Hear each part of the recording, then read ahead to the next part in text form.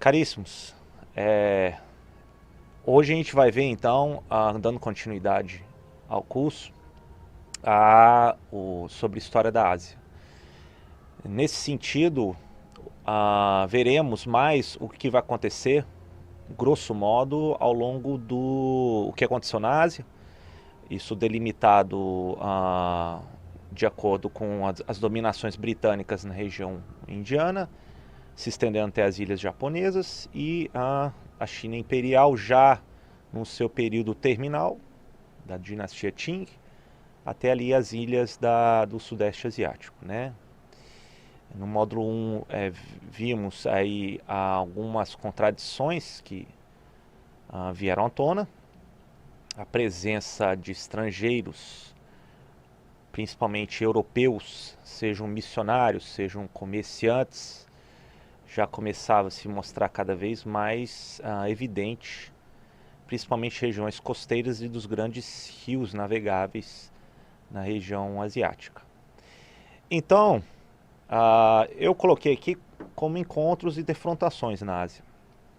É um caso, um período, né, o século XIX até aí, mais ou menos já até a Primeira Guerra Mundial, um período em que a Ásia ela tem que repensar a sua inserção internacional, diante do fato de que haverá cada vez mais premente a presença de britânicos, franceses, norte-americanos, russos, alemães, italianos, holandeses, portugueses, espanhóis, enfim.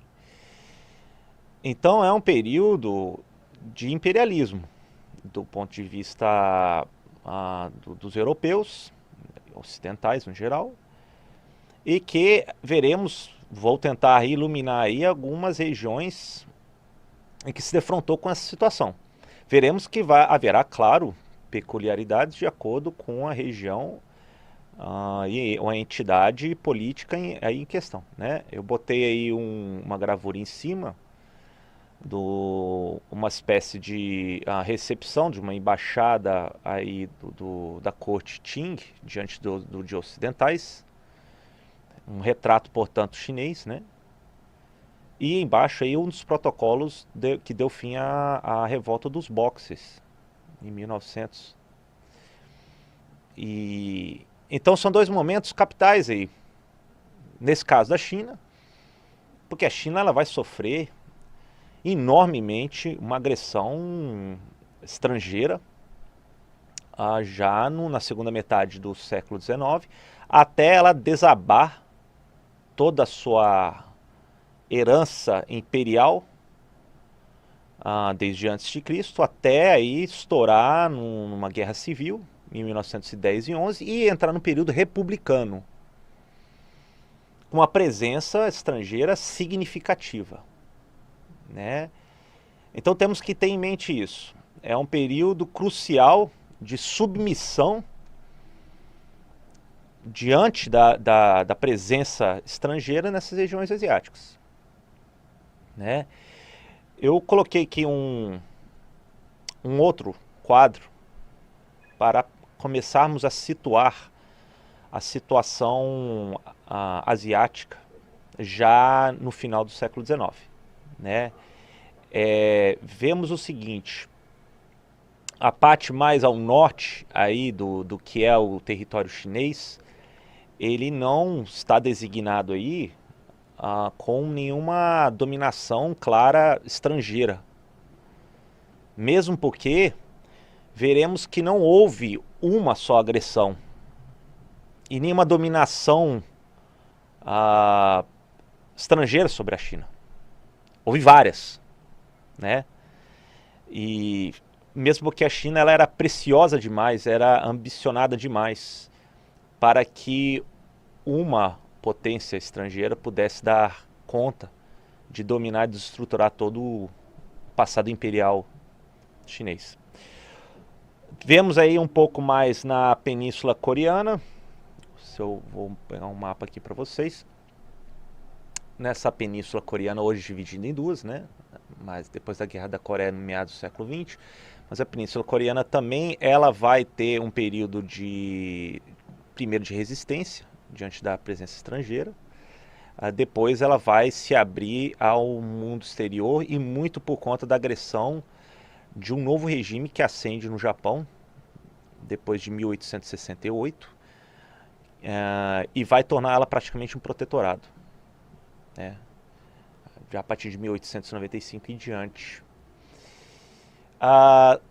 Um pouco mais ao sul da China, temos a situação bastante diversificada do Sudeste Asiático, em que a presença francesa vai começando a se avolumar a partir da costa do que era chamada Indochina francesa, essa parte mais ao sul, que era a chamada Conchichina, né, na capital Saigon, vai se estender aqui na adjacência no reino cambodiano. Depois vai dominar a região imperial de Annan e a região de Tonkin aqui mais ao norte, né? O reino do Sião vai se manter, embora com certas limitações à sua independência, jogando ora com a presença francesa, negociando com eles mais a leste, e a oeste com os britânicos vindos aí via a União Indiana por regiões da Birmânia, hoje chamado Myanmar, né?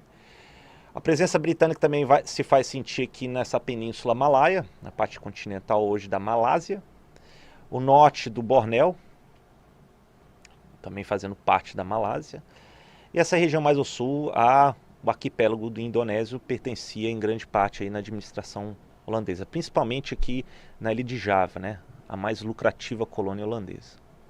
E os britânicos já consolidando sua presença imperial, primeiro uma companhia comercial, que era a Companhia das Índias Orientais. Seríssimas revoltas vão acontecer em 1857, nessa região aqui da bacia do Ganges, para depois ela dominar imperialmente no governo já aí britânico a partir de 1857 em diante. E ela, invejosamente, ela vai manter a dominação sobre todo esse subcontinente indiano até aí já depois da Primeira Guerra Mundial. Tá ok? Então temos um quadro geral aqui, né? Vemos também, esqueci de falar das Filipinas, a mais escura ali, que era a dominação espanhola, né? Desde o século XVI.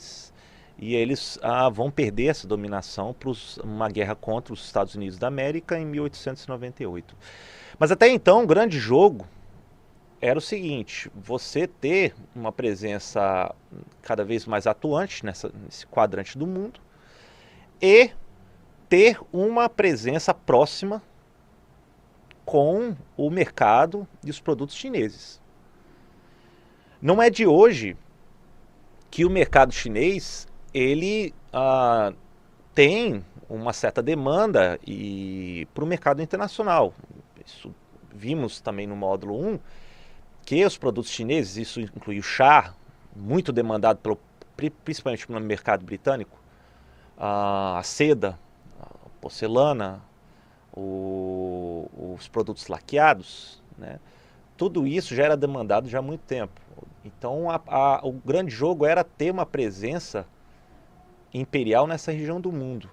Entendendo que a China, antes do meados do século XIX, era um império muito consolidado, né, na dinastia Qing, e uma das maneiras deles abrirem de forma controlada para o mercado internacional seria ter uma abertura, uma certa presença tolerada de estrangeiros nas proximidades de Cantão, né? Vocês estão vendo aí no mapa, mais ao sul, é ali dessa região que era permitido escoar e comerciar os produtos chineses com o mundo.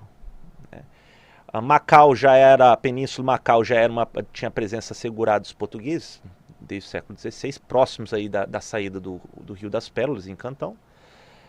Os espanhóis percebem também a importância e tem uma presença aí nas Filipinas, um pouco mais aí para a direita da saída de Cantão. Durante um certo período, os holandeses tinham presença na ilha de Taiwan, vocês podem ver aí um pouco projetado fora de Amoy aí, um pouco mais à direita. Depois eles pedem essa dominação para os chineses e depois, em 1895, haverá uma guerra com os japoneses. Os japoneses ocupam essa ilha.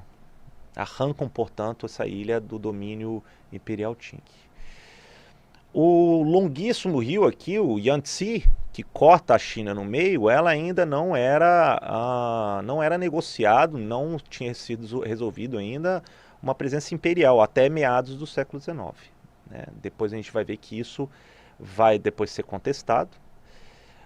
Mais ao norte, lá em cima, você tem a capital imperial, Pequim, né? Com seu porto Tianjin ali. Ali era a capital cultural, histórica e política do Império Qing. No distante norte, eles percebiam que era muito mais ao norte, distante da presença e das ambições comerciais ali em Cantão. E ali vai ser quase que o epílogo de toda a agressão imperial estrangeira sobre a China, né, que vai se dar mais aí já bem no final do século XIX. Eu coloquei aqui nesse quadro uma rota do tráfico do ópio britânico. Por quê? Os britânicos eles tinham um problema a ser resolvido com relação na demanda dos produtos chineses. Né? Isso até as primeiras décadas do século XIX, os britânicos compravam em muitos produtos chineses, entre eles o chá. Né? O problema é que já tinham provocado um déficit da balança comercial do Império Britânico de tal maneira que era necessário equacionar isso. E talvez um dos quadros mais lamentáveis do imperialismo na história, ainda mais do século XIX, era como que comerciantes, com a participação de muitos comerciantes britânicos, sediados aí em Calcutá, na parte mais leste ali da Índia, né? Também vindos ali de Mumbai, antigamente Bombaim, como é que iriam financiar esse déficit acumulado ano após ano? Demandando produtos chineses, só que tendo uma maneira a ser equacionada, ser pago. E uma das maneiras que eles começaram a perceber era a venda do ópio. O ópio que não era considerado ilegal em boa parte do mundo à época, no final do século XVIII e início do XIX. E o primeiro país do mundo a tornar ilegal o uso do ópio de maneira não medicinal foi justamente a China, desde 1792. Né? Então você tinha uma espécie de contrabando, não aos olhos dos ingleses, porque não existia uma lei tornando ilegal o ópio no Império Britânico, mas no Império Qing sim. Então começaram a plantar nessa região, principalmente ali de Bengala, na região de Cálcuta, e começaram a navegar e entregar mercadorias para intermediários na região de Cantão. E via isso começava a entrar no mercado chinês. Os chineses já tinham uso do ópio, mas era tornado ilegal, mas com a presença cada vez maior, a oferta do ópio via intermediários e britânicos na região de Cantão, você já começa a ter um problema seríssimo no Império Qing. De tal maneira que já aí na terceira década do século XIX, você tem uma situação tamanha de venda, de carregamento dessa mercadoria em Cantão, onde poderiam se estabelecer por 6 meses por ano aos estrangeiros interessados no comércio chinês. Os britânicos, eles nessa sua atividade anual, eles começam também a tentar vender ilegalmente a mercadoria do ópio. O Império Chinês ele vê isso com muita preocupação e resolve tomar uma medida mais enérgica, mandando um comissário, Lin Se-tzu, aí, retratado à esquerda, para apreender essa mercadoria. São caixas e caixas de ópio. Ele prontamente confisca e vai incendiar isso, toda a mercadoria ilegal. Isso vai provocar uma indignação dos comerciantes britânicos e seus intermediários, já em 1838, 39, e eles começam a demandar uma ação mais enérgica da coroa britânica. em cima do que eles acharam uma apropriação ilegal da mercadoria britânica e de intermediários comerciais. Então, aí no caso, foi um incidente seríssimo. Primeiro, os britânicos, da maneira mais cínica possível, desconsideraram os efeitos nefastos que o ópio pode oferecer na sociedade, qualquer uma, interessados apenas na balança comercial. O Império do Meio, o Império Qing, ele, com muita justiça, mandou um comissário tentar resolver a situação, mesmo porque era considerado ilegal o consumo do ópio no reino. E nessa houve uma indignação então dos britânicos, pediram uma intervenção militar dos britânicos, e aí houve um envio inclusive de esquadra, já evidente a superioridade bélica de britânicos, ainda mais em termos navais, com relação às embarcações de madeira, de junco do Império do Meio. Então houve um incidente já armado, já em primeiro momento, na região do Rio das Pérolas, ali em Cantão. É um retratado aqui, inclusive à direita, com um bombardeamento, né, de encouraçados britânicos frente às embarcações britânicas. E nisso, já em 1842, você tem aí já uma primeira derrota clara do Império do Meio, o Império Chinês dos Qings, frente aos britânicos. Não houve, na verdade, uma percepção alarmada no primeiro momento do Império Qing diante disso, né? Eles ainda consideravam os britânicos como meramente interessados no comércio, localizado na região portuária cantonesa, e era, assim como muitos outros espécies de piratas que tentaram se aproveitar dos enormes produtos diversificados que o Império do Meio ofereceu ao mundo. Então não houve, em primeiro momento, né, a percepção chinesa de que haveria um desmonte vindo de estrangeiros, ainda mais pelos mares, da sua situação política, né? Então, num primeiro momento, houve uma tentativa de negociação. Os termos foram duros, certamente. Os britânicos, assim como também o envolvimento de outros europeus, de maneira oportunista também negociaram aí, queriam uma presença um pouco mais significativa ao longo da costa chinesa, não apenas em Cantão, que era limitado inclusive a 6 meses por ano, como também em algumas outras cidades portuárias ao longo da costa chinesa, né? Entre elas também há uma cidade que vai ser notória pelo seu cosmopolitismo decadente do período imperial chinês, início do período republicano, que vai ser a chamada cidade sob as águas, Shanghai, ou Xangai, pra gente, né? Também ao longo do rio Yangtze vão começando a ser constatadas a presença de embarcações estrangeiras, né? Algo que não era muito comum na história chinesa, mas ainda não havia uma percepção de grande agressão unificada sobre o Império do Meio, né? Então esse foi um primeiro momento, né? O primeiro momento vai ser assinado já em 1842 a Primeira Guerra do Ópio, o Tratado de Nanquim, também ao longo do rio Yangtze. Nanquim, que tinha sido por vezes já a capital imperial chinesa, então era uma cidade com um significado histórico, político muito forte no Império Chinês. E ali vai ser concedida então uma certa presença estrangeira, né, ao longo da costa chinesa, e também um direito assegurado de seus representantes políticos e comerciais de estrangeiros, isso britânicos, franceses, os russos vindos do norte até já negociando anteriormente, no século XVII, a sua presença, né, no Tratado de Netinsky, desde 1698, mas aí você tem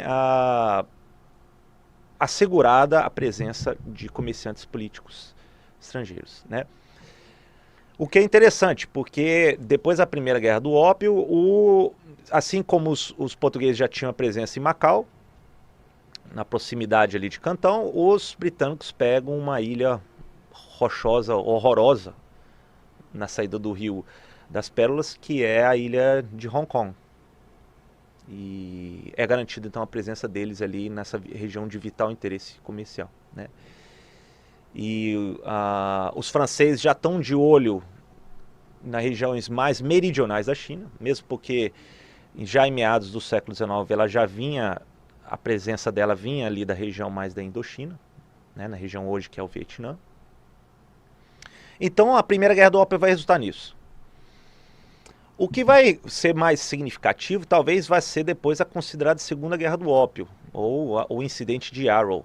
Arrow foi uma embarcação britânica que já tinha na sua atividade comercial ali com a China, é apreendido por uma ilegalidade da embarcação às autoridades chinesas, e eles ficam indignados com a apreensão da embarcação de bandeira chinesa, né? Então, nesse sentido, os britânicos eles novamente demandam uma intervenção do Império Britânico mais energética nisso, tentando aí angariar, junto com o apoio dos franceses e dos russos, né, entre outros europeus e ocidentais, uma presença maior e mais privilegiada no comércio com a China. E aí, nesse caso, já começa a ficar mais evidente a fragilidade do Império do Meio, né, porque aí são dezenas que vai dar termo aí às agressões da Segunda Guerra do Ópio, isso já em 1860. Você tem pelo Tratado de Tianjin, né, próximo de Pequim, você já tem assegurado uma presença mais extensiva dos ocidentais. E não é somente uma presença, ela é assegurada uma presença com privilégios, não somente comerciais, diante da demanda dos produtos chineses, como também de maneira completamente anômala, são direitos jurídicos e políticos desses estrangeiros em território chinês. O que a gente chama de extraterritorialidade, o que é uma coisa absurda. Porque se viesse um cidadão britânico ou francês e nesse comércio ele se envolvesse numa situação até penal no território chinês, ele seria julgado por uma corte britânica ou francesa no território chinês. O território, portanto, o governo chinês não teria nada a ver em julgar o delito de um cidadão europeu, e mesmo em seu próprio território. Nesse sentido, já começa a ficar escancarada a situação humilhante que a China imperial já enfrenta diante da presença estrangeira, né? Ela é obrigada a reconhecer isso, pagar indenizações depois dessas duas guerras do ópio e conceder de maneira unilateral esses privilégios políticos, jurídicos de estrangeiros no seu solo. Isso vai gerar uma série de consequências, depois crises de âmbito interno na China. Não somente ficou evidenciado aí a fragilidade da corte Qing diante da presença estrangeira, já a partir de 1860, como também na vastidão da população chinesa, eles começam a perguntar até quando o Império Qing vai se revelar tão frágil, tão inerte frente às agressões estrangeiras. Crises internas seríssimas começam a aparecer. Eu busquei aqui iluminar duas grandes rebeliões, né, enormes, que vão contribuir para o desmonte até da unidade imperial Qing, né? No caso, primeiro a revolta dos Taipings, né? Que vai ser uma rebelião muito centrada na região de Cantão, de pessoas inclusive que converte a liderança, principalmente é uma liderança não necessariamente ortodoxa confuciana, até alguns cristãos reformados convertidos da população chinesa lideram essa revolta e vão contra o status quo político chinês da época. Um império de dinastia Qing que, lembrando o módulo 1, eles eram estrangeiros. Muitos consideravam a corte Qing como estrangeiros, porque eles eram manchurianos.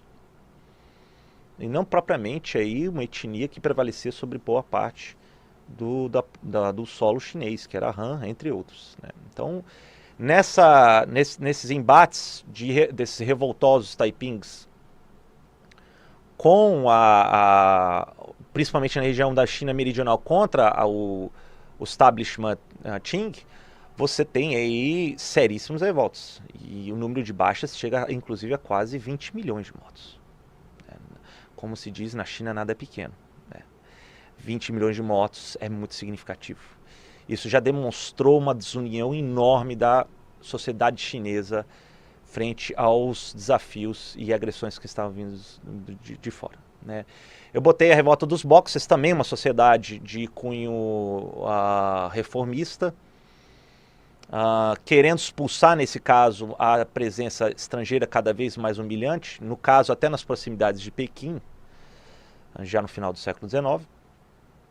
Há episódios, inclusive, de muito propagandeado na mídia ocidental de massacre de representantes europeus nas proximidades de Pequim, e que isso gerou uma revolta no mundo ocidental frente a esses boxers que estavam tentando expulsar os estrangeiros na capital política e cultural dos Qings, que era Pequim. Então, já no virada do século XIX para o XX, você tem uma situação também enorme de rebelião frente à expulsão dos estrangeiros nesse caso.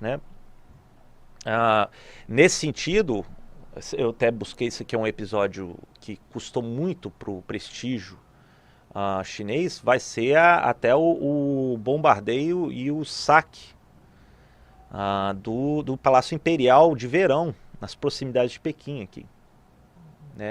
Yuan Mingyuan, que em 1860, ou seja, depois da Segunda Guerra do Ópio, tropas multinacionais alemães, franceses, britânicos, russos, com a participação também japonesa, de que era necessário dar uma abolição. Ainda estamos lidando com uma mentalidade imperial do século XIX, ainda considerados povos bárbaros, amarelos aos olhos dos europeus à época. E quando eles se defrontam com esse complexo de palácios de Verão, talvez um dos mais adoráveis palácios chineses Qings, há um bombardeio sistemático. E não somente como um pilhamento, o arranque de todo o tesouro histórico, artístico que os Qings tinham acumulado ali. E tem inclusive uma foto no meio desse pilhamento, e à direita são as ruínas, até hoje preservam dessa maneira, e existem placas falando, olha, estrangeiros vieram aqui, bombardearam e pilharam o nosso maior tesouro imperial. Então, imagina como hoje o chinês deve ver isso, a criança vendo isso. E claro que provocou uma frustração, um ressentimento enorme dos chineses frente a estrangeiros, como eles trataram a entrada e a exploração do território chinês naquela época. Então é uma coisa que a gente tem que levar com muita consideração, como que os chineses vão reagir diante dessas agressões imperialistas. Ela é muito forte. Entre eles, já nas primeiras décadas do século XX, um filho de camponês, de professora na China, o nome dele é o Mao Tse-tung, ele vai também levar esse ressentimento junto. Ele percebe e vê com muita desconfiança os estrangeiros, e ele depois, veremos, vai liderar todo um processo de fechamento político e ideológico dos chineses frente ao mundo ao longo da segunda metade do século XX. Eu coloquei aqui o imperador Tongti à esquerda, que ele ainda era novo, já ascendendo em 1861 aí, até 75. O Tongti, ele representa, na verdade, uma espécie de reformulação do Império Qing frente às agressões estrangeiras. Assim como o Japão, a China tentou também fazer uma espécie de reforma tecnológica, industrial, política frente às agressões estrangeiras. Só que no caso do chinês, isso foi muito complexo. Principalmente pelo conservadorismo da elite Qing, que não queria fazer as reformas de cunho industrial e político, liberal no sentido do Ocidente, do seu estamento político. E também, isso talvez seja o mais importante, a desunião de boa parte da população chinesa que não mais queria uma elite Qing no poder, principalmente aqueles chineses mais meridionais, enxergando eles como estrangeiros, os manchus. Temos aqui a Imperatriz Cixi, à direita, uma fotografia dela, portanto. Ela, na verdade, não foi propriamente, não foi uma imperadora, ela foi uma imperatriz, está aí o nome, né? E de que, na verdade, ela foi uma regente, porque ela não era de linhagem imperial, mas ela depois supervisionou os imperadores depois da morte de Tongti, né? E ela era extremamente conservadora, né? Na verdade, ela achava que a crise que a China estava atravessando diante da desunião interna e das agressões humilhantes aos estrangeiros, era necessário um resgate dos valores tradicionais confucianos do passado. E ela, de maneira oportunista, ela vai inclusive apoiar os Boxers, né? Na rebelião já 1899-1901, ela vai apoiar essa facção dos Boxers e aí sabemos o final da história, eles são derrotados novamente. Ela é destituída do poder e quem depois vai suceder ela são uma série de imperadores muito ineptos e extremamente jovens, né, que não já conseguem manter também toda a estrutura imperial chinesa frente às mudanças do início do século XX, né. Bom, eu coloquei aqui um mapa da consideradas esferas de influência já desenhados já em 1900 na China, né. Então temos aí, para simplificar, e isso vai nos ajudar muito a entendermos as outras partes do desenho imperial europeu ao longo do século XIX. Vemos o seguinte: primeiramente, mais ao norte, vemos a presença russa, em vermelho ali. A presença russa ela é continental, vem muito da expansão na época do czarismo, desde o século XVII, rumo às estepes siberianas e chegando até o mar do Japão, Extremo Oriente, já desde o século XVIII e XIX, né? Então ela avança sobre regiões territoriais adjacentes à expansão siberiana, vindos do norte. Isso vai ser boa parte ali do noroeste chinês, o território dos mongóis, né? E também a região manchuriana ali, mais ali no nordeste da China. Essa região manchuriana era interessante, porque isso depois vai ser contestado pelos japoneses, que já estavam empreendendo uma expansão vindos aí das ilhas japonesas, via a Península Coreana e chegando aí a reivindicar espaços de influência na região da Manchúria, né? Então, temos até um conflito de interesse que vai se desenhar entre russos e japoneses no Extremo Oriente, né? Nesse sentido, já na virada do século XX. Mas Manchúria é interessante porque ela também permitia, primeiro, ligar as possessões russas no Extremo Oriente, virado para o Mar do Japão, com as regiões mais siberianas. Então, necessariamente, passava por terras manchurianas. E a Manchúria também era muito rica em carvão e ferro. Então, tinha um cunho estratégico muito importante, né, tanto para os russos como também depois para os japoneses que vão reivindicar essa região. Temos em verde, aí na região do Tibete, no oeste da China, uma presença britânica, né, entendendo que os britânicos queriam manter uma certa autonomia dos tibetanos, muitos deles budistas lamaístas, né, frente à dominação tradicional dos chineses nessa região. É uma região planalto, né, de difícil acesso, mas que interessava aos britânicos principalmente pela sua proximidade adjacente com com a União Indiana. A coroa é a joia da coroa britânica, né? Então, tudo que dizia proximidade com a Índia, os britânicos protegiam com muito cuidado. E o Tibete entra nesse jogo. Assim como o protetorado que eles estendem sobre dois reinos nas regiões dos Himalaias, o Butão e também o Nepal, né? Os britânicos têm a percepção da importância de dominar o longo rio Yangtze, que corta ao meio a China. Daí então tem essa faixa verde no meio da China, né?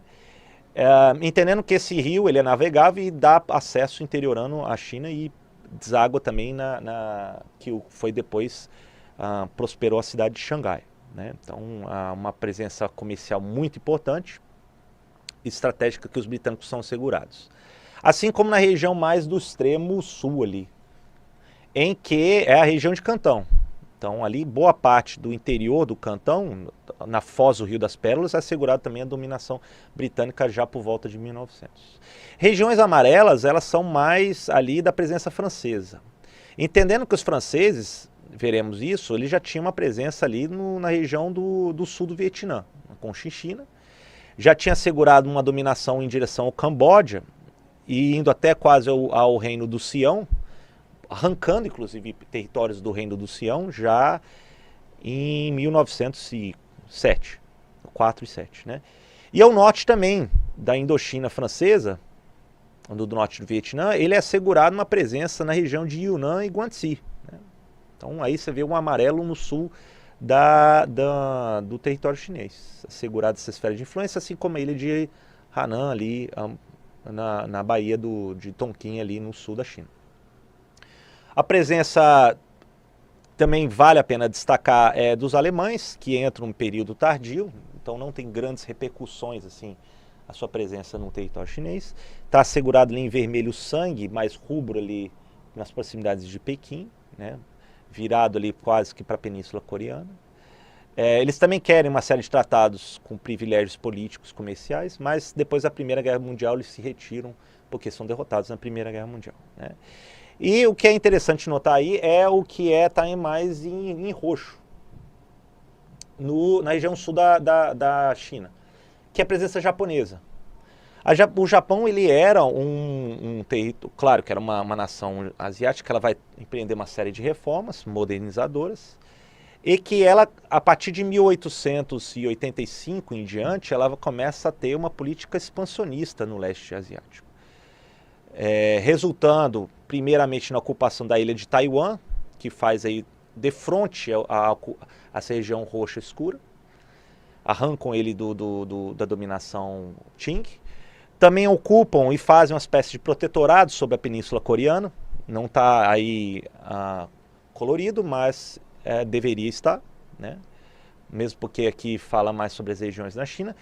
E também essa região em roxo mesmo, que é a região territorial de frente à ilha de Taiwan, que é a região de Futian. Que eles também querem assegurar seus privilégios nos moldes que os ocidentais tinham já aí em 1900. Então o Japão, ele, depois de uma série de reformas internas, com a ascensão do imperador Meiji, desde 1868, ele também age imperialmente. Principalmente sobre os coreanos e sobre os chineses. Então, o Japão ele se torna também uma potência estrangeira aos olhos dos chineses e começa a agir também de maneira imperial já na virada do século XX. Veremos que isso depois, futuramente, vai ter uma série de desdobramentos na primeira, até principalmente antes da Segunda Guerra Mundial. O que veremos então é o Japão, na era do imperador iluminado. Meiji significa o iluminado, né? O imperador Mutsuhito. Ele ascende ao poder em 1868, mas eu trouxe aqui esse belíssimo retrato da época, observando o seguinte, que os trajes já da família imperial dos Yamato, dos japoneses, eles têm os trajes aqui com fortíssimos traços ocidentais, se vocês puderem reparar, na pessoa aqui do Mutsuhito, mas ao mesmo tempo também guarda partes do seu conservadorismo tradicional, nas roupas das mulheres no caso, né? Então é um período de transição que o Japão enfrenta entre o tradicional e a adaptação ao moderno, ao que era considerado moderno, que era as trajes militares ou civis de europeus, né? É um período interessante, porque o Japão, até meados do século XIX, ele era muito fechado, né? O período de Sakoku, em que era tolerada apenas uma presença muito pontual de holandeses na região ali de Nagasaki, extremo sul ali das ilhas japonesas.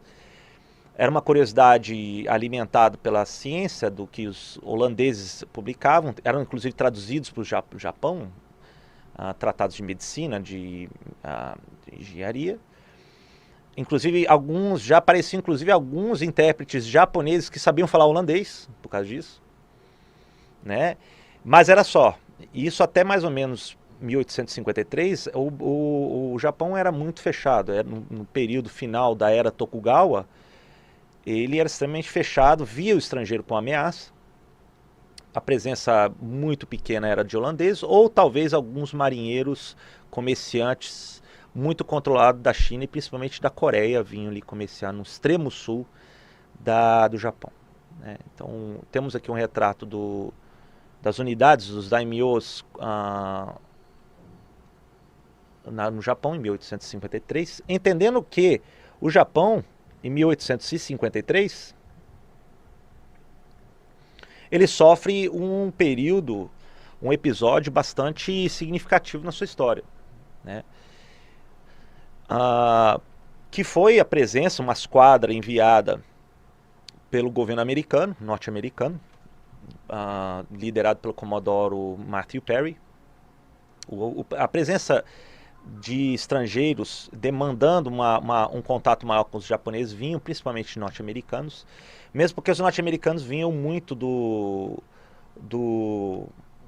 de regiões da costa oeste americana, vinham baleeiros principalmente, e muitos desses naufrágios que tinha de embarcações americanas, muitas vezes eles nem eram sequer, pela lei internacional marítima da época, não era respeitado o seu amparo nas ilhas japonesas. Então isso começou a gerar uma série de indignação de comerciantes baleeiros norte-americanos demandando aí uma ação mais enérgica do governo dos Estados Unidos frente ao Japão. O Japão ainda extremamente isolado. Chegou-se a uma situação, então não foi a primeira vez, mas a situação mais enérgica foi quando o Commodore Perry se dirige à Baía de Tóquio e ele demanda uma audiência com o próprio imperador e os altos representantes imperiais em 1853. É óbvio que os representantes locais do governo japonês negam isso. Eles percebem que os gaidins, os estrangeiros bárbaros, não deveriam nunca ter uma presença, ainda mais com o imperador. E aí, nem com o Shogun, que era a espécie de supervisor militar maior do Japão da época. E aí, Commodore Perry ele fala o seguinte: eu vou voltar ano que vem com mais navios, com canhoneiras, e aí vocês repensam nos sistemas que vocês querem. É óbvio que já em 1854, com vários navios já apontando as canhoneiras para a Baía de Tóquio, os japoneses começam a rever essa situação. É assinado o Tratado de Kanagawa, em que é assegurada a presença de algumas cidades costeiras e ao sul, principalmente no sul do Japão, de comunidade estrangeira. Né? Então, parece que remete um pouco ao que foi mais ou menos a Primeira Guerra do Ópio. Né? No caso, não foi um embate violento, mas os tratados foram humilhantes para o Japão. Que, a bem da verdade, nunca houve uma derrota quase significativa das ilhas japonesas. A única, talvez, que viesse à memória dos japoneses, desde nesse período de 1854, foi a tentativa do imperador chinês, o Kublai Khan, portanto da dinastia Yuan ainda, do século XIII, de tentar invadir via vários navios as ilhas japonesas. Século XIII. Então, para eles era uma coisa completamente inédita, a presença de estrangeiros, ainda mais reivindicando com presença militar na costa japonesa. Né? Então, foi um embaque muito grande. Esse foi um impacto enorme na sociedade japonesa, de como que todo o regime dos Tokugawas deveria ser repensado para se adaptar aí às demandas de gaidins barbudos que vinham dos mares do mundo aí. E então foi um primeiro elemento de instabilidade seríssimo que o Japão já entra.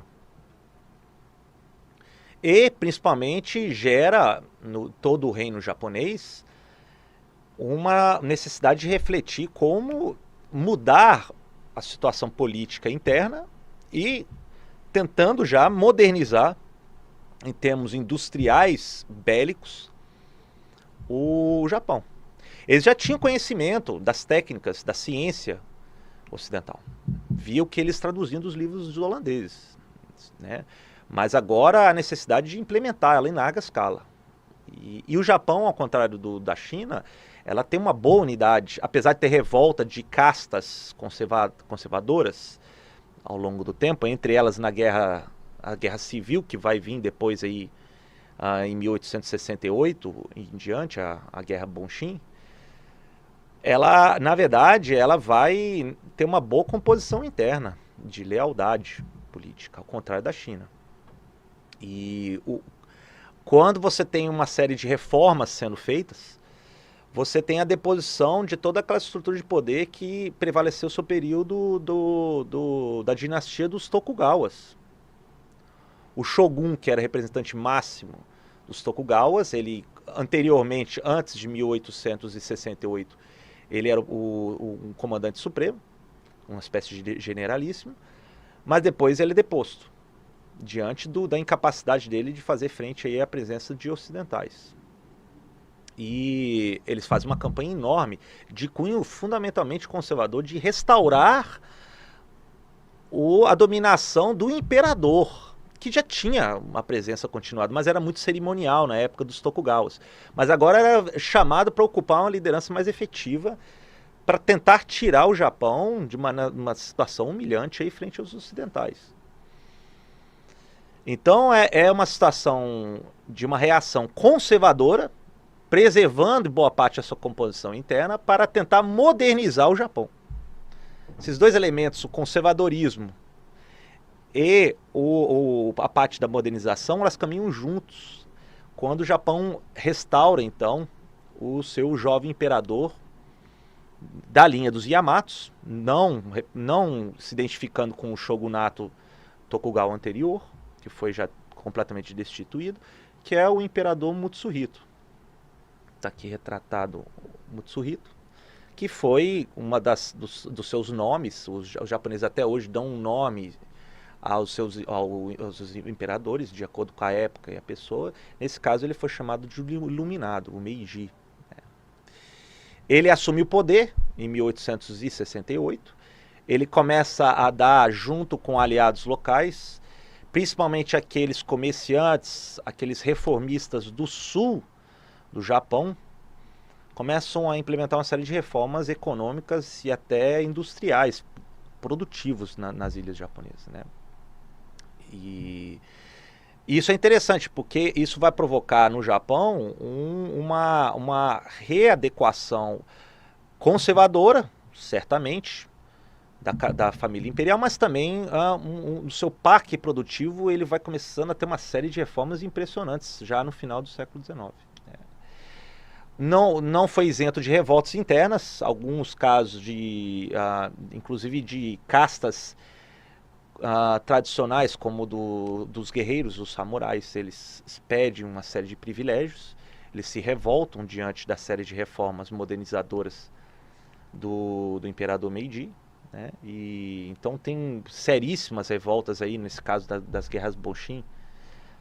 Entre as principais vai vindo do sul, né, e que conseguem estabelecer a ordem.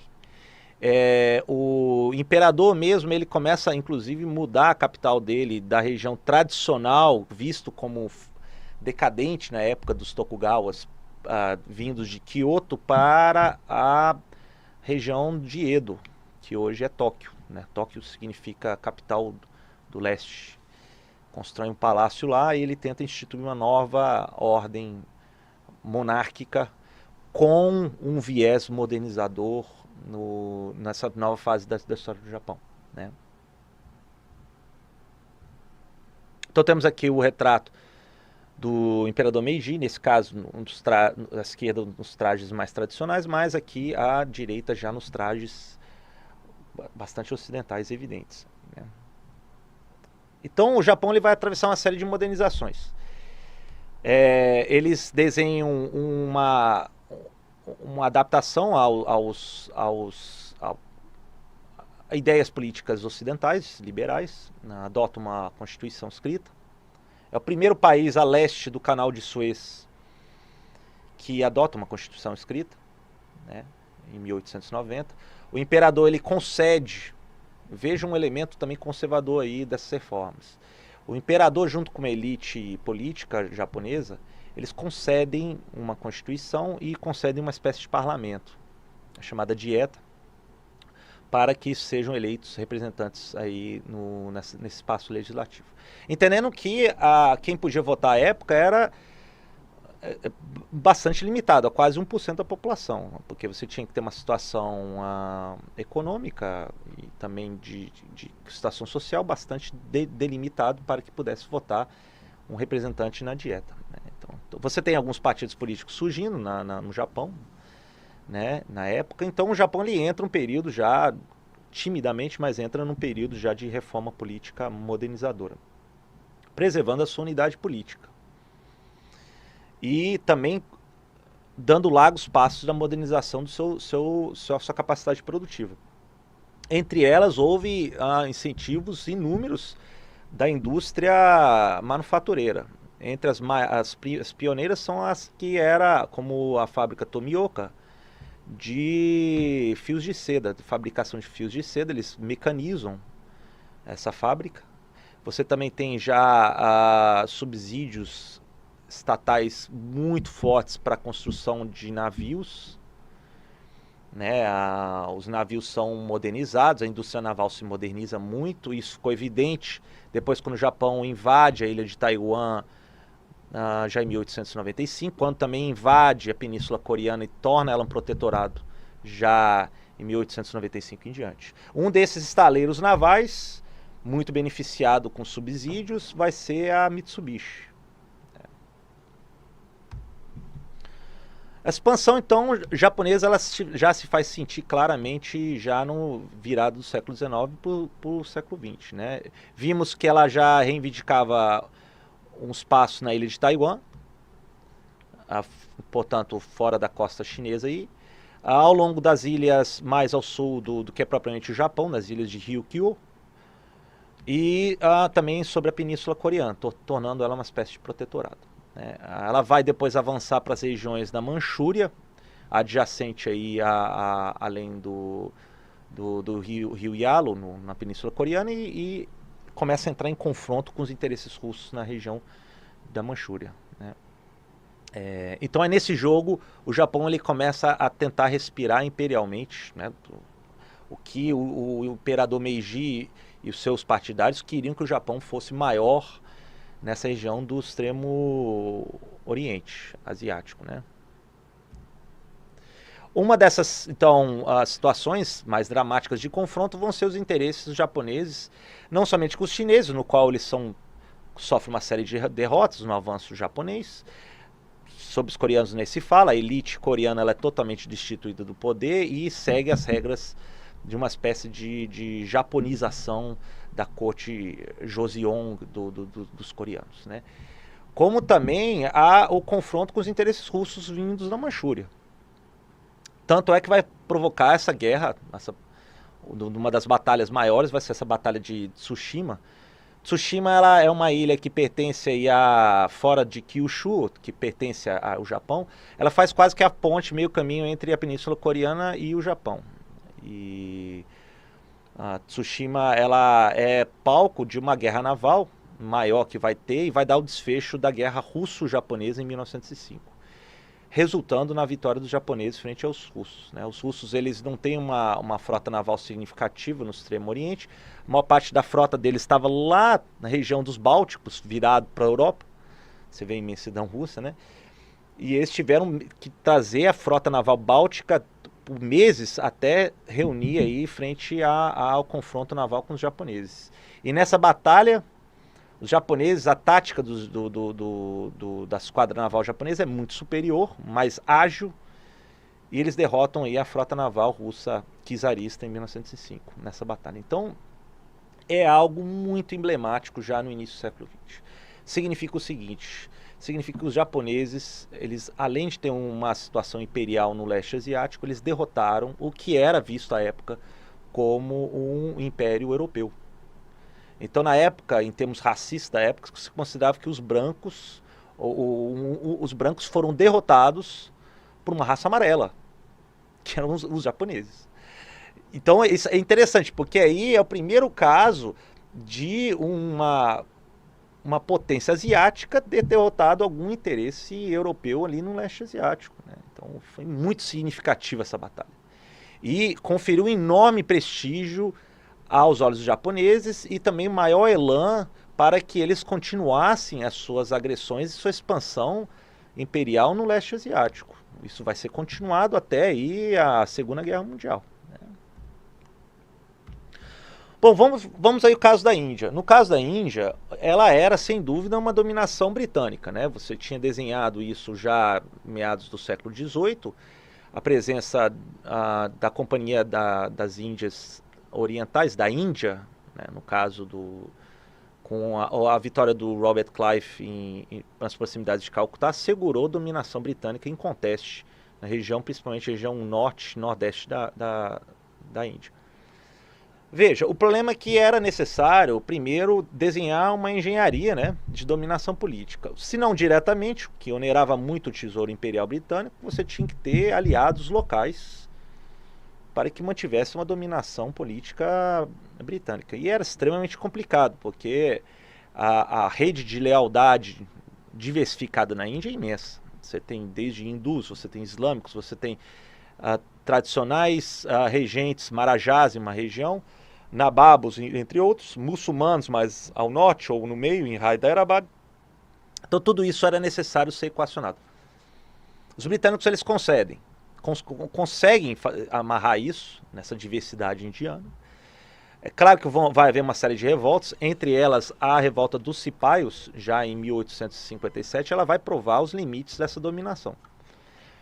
Mesmo porque a Companhia das Índias Orientais Britânicas ela tinha que lidar com o fato de algumas populações indianas não estarem contentes com uma série de reformas religiosas, culturais, políticas que os britânicos estavam implementando em meados do século XIX. Entre eles a proibição de certos ritos hindus considerados abomináveis aos olhos britânicos, a tentativa de regimentação de castas indianas diferentes num único exército, a impopularidade do envolvimento do exército indiano na conquista dos britânicos nas regiões da Birmânia, hoje Myanmar, então a região mais a leste ali da Índia, que faz ali quase que a transição entre o reino de Sião e também a Índia. Então tudo isso vai provocar uma série de questionamento da população indiana frente à dominação britânica. Os britânicos eles têm que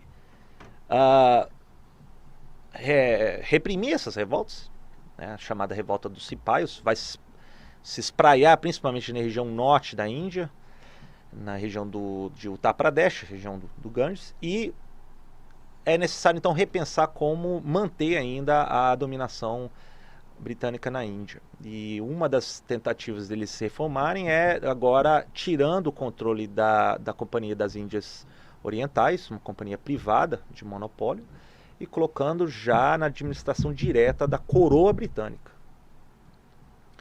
Então essa é o que vai vir de consequência de toda a revolta dos cipaios, que era o soldado raso comum do exército indiano frente à dominação britânica em 1857. Então, a partir de 1857 diante, a Índia ela vai ser dominada diretamente pela coroa britânica.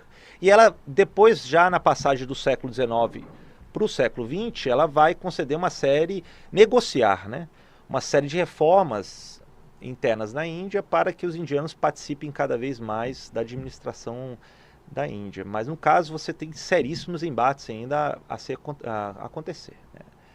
Um dos casos mais notáveis de rebelião contra a continuada dominação imperial britânica na Índia, além dessas dos cipaios, que foi a mais séria contestação, vão ser uma série de revoltas como o que aconteceu na cidade de Amritsar, uma cidade sagrada dos Sikhs, ali na região de Punjab, no noroeste da Índia. E você teve o caso ali de um massacre um comandante do inglês na região, o Reginald Dyer.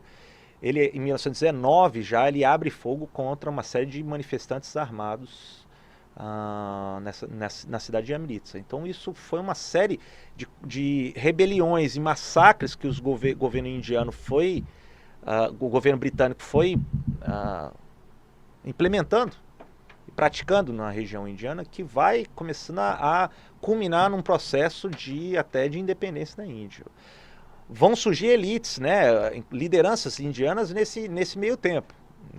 Entre os principais, no início do século XX, vai ser um jovem advogado que morava em Durban, que era a colônia do Cabo, pertencente ainda ao Império Britânico, que vai ser o Mohandas Gandhi.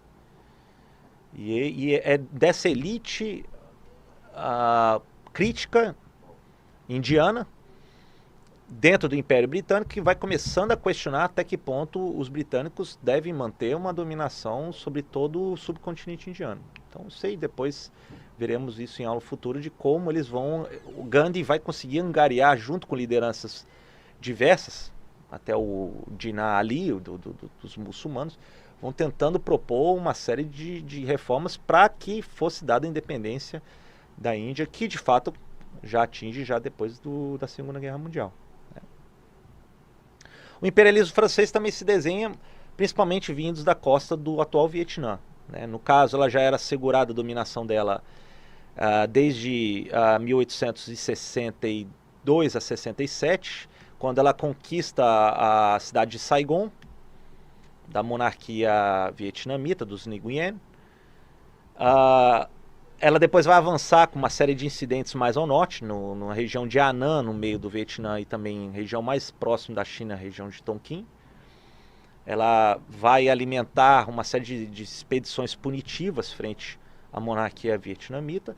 E também vindos da Conchichina, ali no extremo sul do Vietnã, ela vai também começar a agir imperialmente sobre regiões adjacentes, como Camboja, e depois arrancando alguns territórios pertencentes ao reino do Sião ali, que hoje é o Laos. É nisso que ela vai unificar numa união indochinesa francesa, que ela vai criar, portanto, uma colônia francesa numa região de vital interesse comercial estratégico, aí na região do Sudeste Asiático, né? Os holandeses também têm uma presença assegurada, né? Na verdade, vindos desde o século XVII, principalmente na ilha de Java, uma das ilhas mais povoadas e ricas do arquipélago indonésio. Eles exploram muitos produtos rentáveis no comércio internacional, né? E ali você já tem aí até as guerras napoleônicas, em que os holandeses têm que rever a sua participação frente aos britânicos. Eles concedem uma série de privilégios também, participação dos britânicos nessa região das ilhas do Sudeste Asiático. Os britânicos eles vêm mais do norte, principalmente na Península Malaia, portanto ao sul da região do Reino do Sião. Eles assinam uma série de acordos com os sultanatos locais, conseguem uma presença assegurada no porto de Penang, né, na região mais ao norte da Península Malaia, aqui nessa região mais ao norte que se fala Georgetown, a região da ilha de Penang. Mas também o que era mais importante aqui, desculpa, mais um pouco aqui, é que tem assegurado uma dominação nessa chamada região dos estreitos, né, Estreito de Malaca aqui, em que permite as embarcações britânicas vindos aqui do Golfo de Bengala e do Oceano Índico, passar para essa região dos estreitos e chegar ao mar da China Meridional e regiões aqui do mercado chinês e outras regiões do leste asiático. Então era uma região de fundamental interesse estratégico naval britânico, né? Eles chegam aqui, estabelecem nessa região de Penang, conseguem uma presença assegurada no porto de Malaca, aquele porto que tinha uma presença portuguesa no século XVI, depois os holandeses tomaram conta e depois cedem, depois das guerras napoleônicas, para a dominação britânica nessa região. E um dos seus representantes da região consegue comprar uma região mais pantanosa no extremo sul da Península Malaia, que é Singapura atual. Uma região de vocação portuária, naval magnífica, O Sir Thomas Raffles, ele compra essa região, ele começa a modernizar toda essa região para servir justamente para ancorar as embarcações britânicas nessa região dos estreitos e justamente também para ter também uma rentabilidade diante do ancoradouro que Singapura oferece aos navios nessa região do mundo. Então, os britânicos asseguram claramente a sua dominação nessa região aqui ao longo da Península Malaia, né? Percebem que os holandeses ainda é continuada a presença deles na ilha de Java, mas durante um breve período, o Raffles, inclusive, ele administra aqui uma série de reformas entre os javaneses, né? Mas depois os holandeses ainda mantêm a sua administração colonial até aí a independência da Indonésia, meados do século XX. Aqui essa ilha de Bornéu, também há uma presença britânica mais ao norte, principalmente aqui na região de Sarawak, e essa região ela foi muito mais desenho de um aventureiro britânico vindos de Singapura, o James Brooke. James Brooke, ele ajuda o sultão de Brunei, aqui nessa região mais localizada no norte de Bornéu, hoje um país completamente independente, e ele ajudando esse sultão de Brunei, ele é assegurado uma dominação imperial, ou seja, um domínio próprio dele, e ele inaugura uma dinastia própria da família dele, Brooke. Embora britânicos, eles foram reis dessa região de Sarawak no norte de Bornéu, né? Inclusive já foram, salvo engano, 3, 4 gerações da família Brooke que dominou e administrou toda essa região norte da ilha de Bornéu. Vimos que nas Filipinas os espanhóis tinham assegurado sua presença até o embate que eles tiveram com os americanos em 1898, e aí os americanos eles transformam isso numa colônia nessa região aqui, próximos à região mais meridional da China, né? Então aqui é um retrato do Raffles em cima ali, né? Ele que vai ser o fundador de Singapura. E o James Brooke, o primeiro, ele vai ter assegurado seus domínios aí na região no norte da ilha de Bornéu, né? Então, isso é interessante, porque hoje o que é a Malásia é a região continental, dessa ponta continental aí da Península Malaia, e ao norte da ilha de Bornéu, essas duas partes que fazem parte da moderna Malásia, né? Brunei, ele é completamente independente hoje, é um país que tem uma vida própria. E Singapura, veremos isso depois, ela vai se desgarrar dessa união malaia na independência em meados do século XX e se torna uma espécie de cidade-estado das mais prósperas hoje no cenário internacional, né? Bom, então, retomando em suma o que vimos na aula de hoje, né? Primeiro, o século XIX ele vai representar então um período de culminação imperial. Os interesses são variados, é interessante vocês sempre terem isso em mente. A região indiana, todos os arredores, assegura a dominação britânica em conteste. Desde o mais sério contestador diante da dominação britânica talvez fossem os franceses, que foram já expulsos na época de Napoleão Bonaparte. Você tem uma série de rebeliões internas aqui ao longo da região de Awadh, no Ganges, que foram reprimidos, e uma série de reformas políticas vão se dar, vai ter vez aí, para que a Índia fosse mais efetivamente controlada pela coroa britânica. Veremos que haverá contestações de lideranças indianas, já no início do século XX, que vai culminar na dependência da Índia, né? Já depois da Segunda Guerra Mundial. Na China, a agressão ela é múltipla. Não há apenas uma agressão, não há nenhuma dominação, mas há um desmonte de todo o Império Qing. Com muito rancor e ressentimento, e rebeliões seríssimas internas, eles vão já entrar uma série de crises até culminar no desabamento imperial dos Qings já em 1911 e 12, dando lugar à vida republicana chinesa a partir de então. né? Então é um período inédito da China, ela entra em um período experimental da República, mas ela, na verdade, significou muito mais um desastre interno, político, do que propriamente uma vida assegurada de estabilidade ao longo do século XX, né?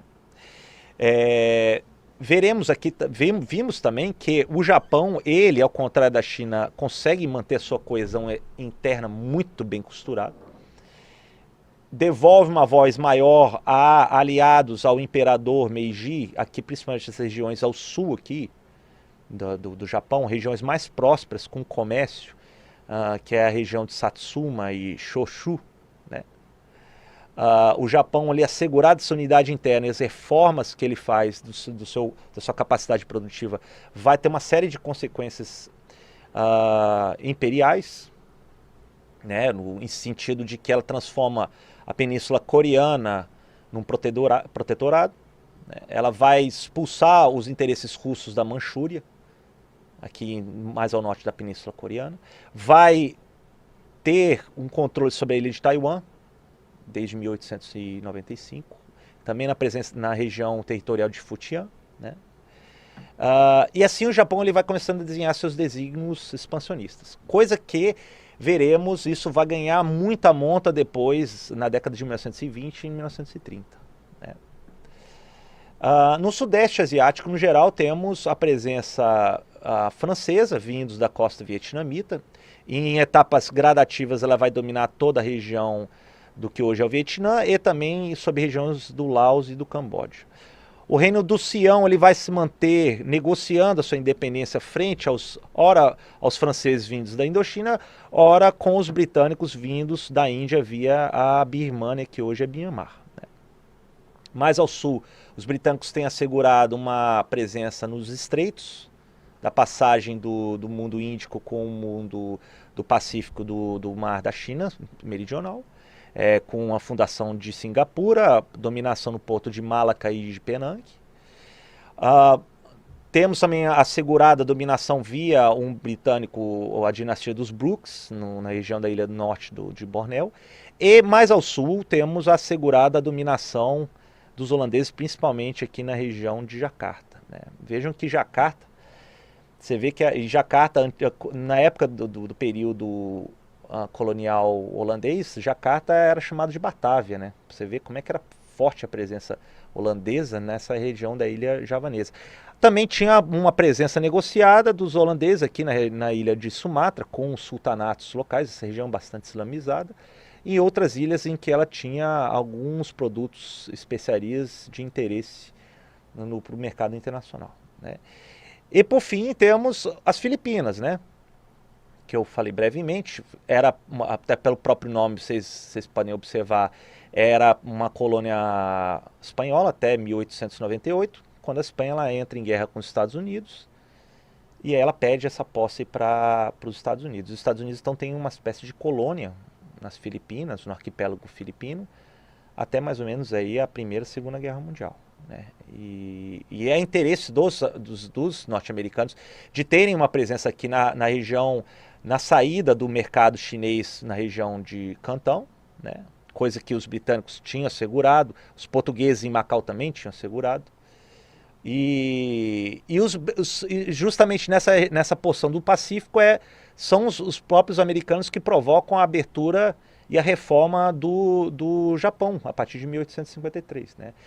Que finalizo com isso, entendendo que o Japão nessa região é o único que conseguiu manter a sua unidade interna muito bem costurada, talvez decorrente de anos de isolamento do período Tokugawa, moderniza a sua capacidade industrial e é o único que começa a alimentar uma política expansionista em toda a região do leste asiático. Então esse quadro vai nos permitir entendermos como é que a Ásia vai se situar já nas primeiras décadas do século XX. Coisa que veremos aí na próxima aula. Veremos como que a Ásia vai se defrontar com essas reformas depois das agressões imperialistas, no final do século XIX e início do XX, e como é que ela vai lidar com ideias novas de reforma e de nacionalismo que vão fervilhar em toda essa região já na primeira metade do século XX. Tá ok? Então, obrigado aí pela atenção de todos e nos vemos aí no nosso próximo encontro. Obrigado.